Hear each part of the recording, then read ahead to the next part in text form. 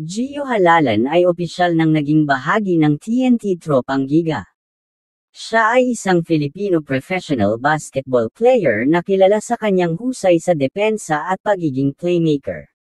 Ang pagdating niya sa TNT ay magpapalakas sa koponan at magbibigay ng bagong sigla sa kanilang laro.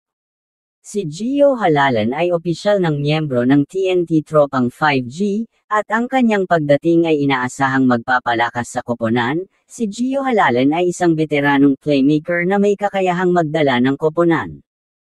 Ang kanyang presensya ay magbibigay ng dagdag na lakas sa backcourt ng TNT. Kasama sina Reynam Batak, Jordan Heading, at RR Pogoy, kilala si Gio Halalan sa kanyang husay sa depensa, na magiging malaking tulong sa TNT upang hadlangan ang mga kalaban. Bilang isang dating kampyon sa PBA, si Gio Halalan ay may karanasan sa mga high-pressure situation at alam kung paano mag-perform sa mga mahahalagang laro. Ang kanyang presensya ay makakatulong din sa mga kabataang manlalaro ng TNT upang matuto at umunlad sa kanilang laro. Si Gio Halalan ay inaasahang magiging isang mahalagang bahagi ng TNT Tropang 5G sa paparating na PBA Season 50.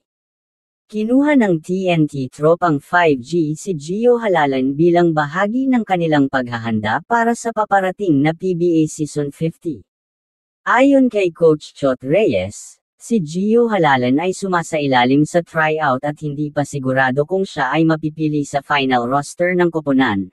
Si Gio Halalan ay isang veteranong point guard na may kakayahang magdala ng koponan at magbigay ng dagdag na lakas sa backcourt ng TNT.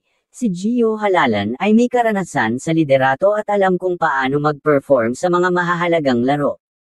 Ayon sa mga ulat, ang TNT ay naghahanap ng mga karagdagan sa kanilang koponan matapos masaktan si Jason Castro, kaya naman ang pagdating ni Gio Halalan ay maaaring makapagpalakas sa kanilang lineup.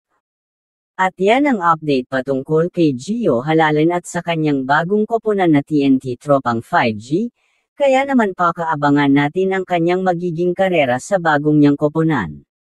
At hanggang dito na muna ang ating update sa PBA Basketball. Kung may opinyon ka dito, komento mo lang sa ibaba ng video para mapag-usapan natin yan.